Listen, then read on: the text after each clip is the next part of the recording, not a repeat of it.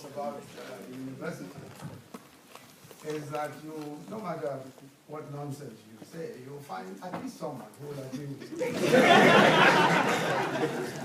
I really am extremely pleased to be here and very deeply honored to be here and to have been invited to speak today. Although clearly, the Oxford study of Africa is decades ahead of the 2004 establishment of the center, it is commendable indeed that the Africa Studies Center has, in a few short years, become one of the world's leading centers of African studies.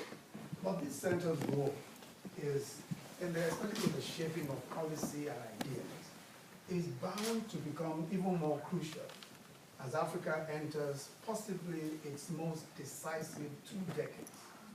This is because it is evident that there are at least 4 important respects that Africa will hold the balance of world development in the next 2 decades. The first is in world population, demography. The second is environment and climate change. The third is in production, especially agriculture, manufacturing, and technology. And the fourth is in social exclusion, under which rubric comes poverty and human capital development and its implications for global security. Africa's failure or success on these issues will profoundly impact the fortunes of mankind. And I don't think that overstates the point at all. But as interlocutors in this imminent dispensation, your work is certainly cut out for you. This afternoon I'll be speaking for a few minutes on a sub-theme on one of these defining issues, the challenges of human capital development in the 21st century, in 21st century Africa.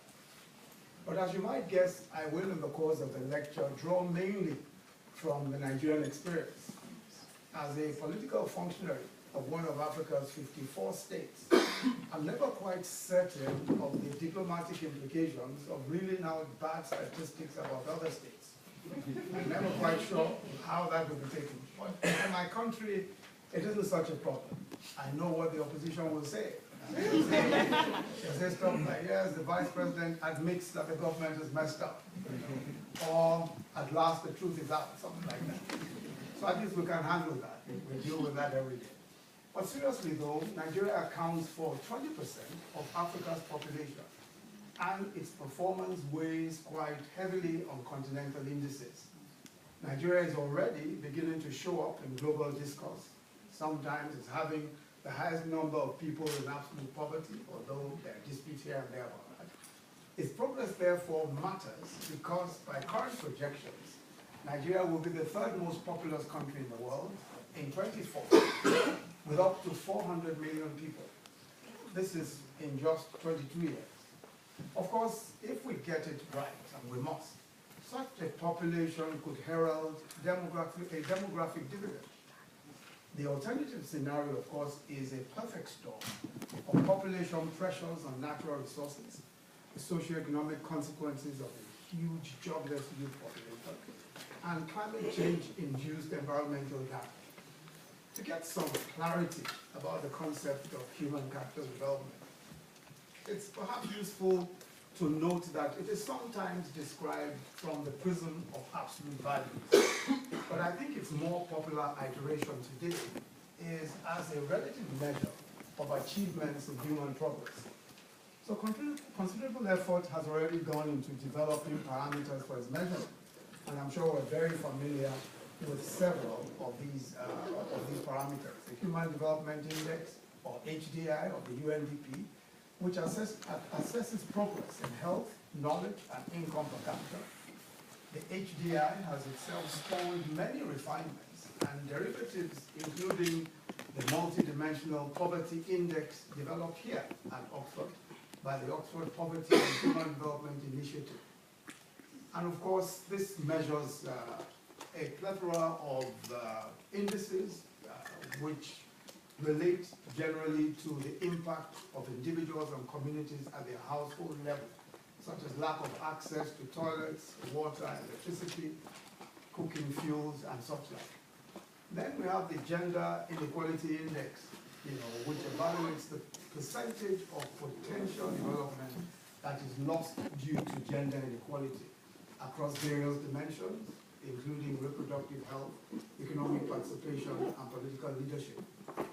The World Bank Human Capital Index, which will be released sometime today, focuses on child survival, education, and health. As you probably know, there is considerable overlap in these indexes, and this is not surprising given that they share a common provenance with the capabilities approach of Amartya Sen. He is the one who, I'm sure we all know, developed this idea that places emphasis on the capability or freedom of individuals to live the kind of lives they value, rather than on the availability of resources to live a good life. In other words, understanding what sorts of deprivation prevent the ability to live a good life is a better method, according to him, for human capital development than focusing merely on income per capita. The various indexes are useful. They're useful snapshots of the issues that matter in ensuring that human capital contributes to future growth. And they make at least three important points. The first is that human capital development is inextricably linked to multidimensional poverty. Not surprisingly, the countries that perform worst in the measurements of human capital also have to contend with poverty. According to the World Bank, human capital explains up to 30% of the differences in per capita between countries. Another insight to be gleaned from the various indexes is that Africa, especially sub-Saharan Africa, is lagging behind the rest of the world in terms of human capital development. The highest ranked African country in the Human Development Index is number 63 in the world. The scale of poverty in Africa is huge by any of the measures that we use. While the proportion of poor Africans living below the current levels of absolute poverty of less than $1.90, $1.9, has reduced from 56% to 40% more recently. The absolute numbers may actually have increased from about 280 million to over 400 million people today.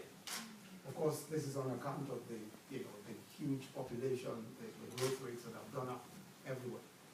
Human capital development in Nigeria and Congo and Ethiopia, three of the larger countries in Africa by population size, is also unsatisfactory. Despite recent improvements, Nigeria is ranked 157 out of 189 countries in the world, the UNDP Human Development Index, while Congo was ranked 176 and Ethiopia 173. In terms of, and these of course are the three largest countries in terms of population. In terms of education, 2 in 5 Africans are illiterate, and despite increases in enrollment, there are still huge gaps in the quality of education. Nigeria has about 9 million out-of-school children of primary school age, which is said to be one of the highest in the world. Of those in school, only 20% have actually completed public primary education, were found to be able to read, and we're looking at statistics for about 5 years back. The picture is not much different for health outcomes, although substantial progress has been made in some areas, such as tackling malaria and eradicating polio. Nigeria is 1 year away from being certified polio-free.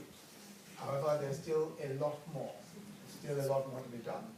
Malaria, diarrhea, and pneumonia, which are treatable, account for 74% of under 5 mortality in Nigeria, and which, if things do not change, is projected to have the most under 5 deaths in the world by 2021. The picture of under 5 malnutrition and stunting is also quite dark. A disaggregation of the indexes at regional and national level also reveals huge disparities in regional and subnational performance. While no African country is in the very high category at the global level, 5 countries are considered to have a high human development index. 13 of them are in the medium category, while 32 populate the lower categories of the index. These disparities are not much different at the subnational level in Nigeria, for example. while the proportion of children out of school in the total population of the state, for example, in Lagos, is just 1.83. Lagos has 1.83, a percentage of 1.83% out of school. Gombe in the northeast, that's another state of Nigeria in the northeast, has 24.12%. In Anambra State, a state in the southeast, the proportion of children of school age out of school is 6.22. While in Bauchi State, you know, in the north, it is 55.59%.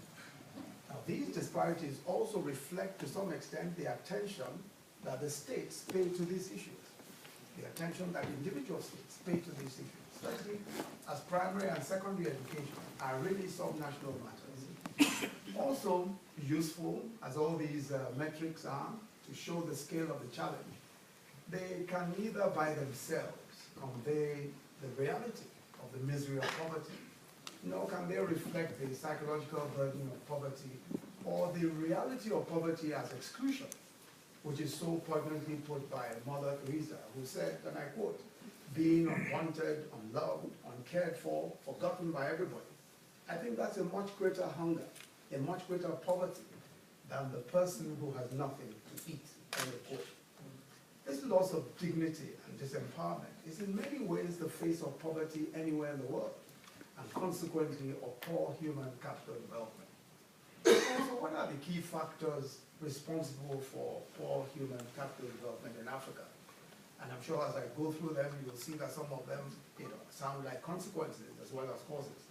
So these include poverty, unemployment, conflicts, climate change and environment, poor policy choices, corruption, and the phenomenon of illicit financial flows, and underinvestment in human capital development. Some of the causes I've said, such as poverty, for example, are at once a cause as well as a consequence of poor human capital development. The poor are, of course, unable to procure their basic needs in education, in healthcare, and living standards. Destitute families do not have the wherewithal or savings to invest in their children's education, and healthcare is either not available or is simply too expensive. In Nigeria, for instance, 72% of healthcare is paid out of individual pockets, which means that the poor and destitute find it difficult to access even basic health services. Unemployment rates are high on the continent, simply because the number of new entrants to the job market far outstrip the pace of job creation. Even for the employed, decent incomes, of course, are required if we're to make any sort of dent on poverty or on human capital development. Conflict is also, of course, a source of poor human capital formation. Paul Collier, I'm sure familiar name around here, has estimated, for instance, that typically a 7-year civil war will reduce GDP by 15% over that period. And many of the civil conflicts in Africa tend to just last about that long. So that's roughly about 2% drop in GDP every year. Certainly, there is some merit in many of these arguments. The northeast of Nigeria, which has been an arena of a brutal terrorist campaign like Boko Haram, and lately ISIS West Africa, and has seen an attendant decline in farming and other commercial activity, the rise in malnutrition, disruption of education, and of course the consequence is low levels of human capital development. Although, as I'll point out later, Borno State really offers some interesting dimensions, especially in more recent times. We'll come to that in a moment. The environment and climate change is increasingly becoming also one of the most prominent inhibitors of human capital development in Africa, especially with the rise in extreme weather events such as flash floods, desertification, drought, and unseasonal occurrences, and several other events, several other new events that have created problems for those who farm and for different forms of livelihood. Recently, we've had in Nigeria, terrible flooding,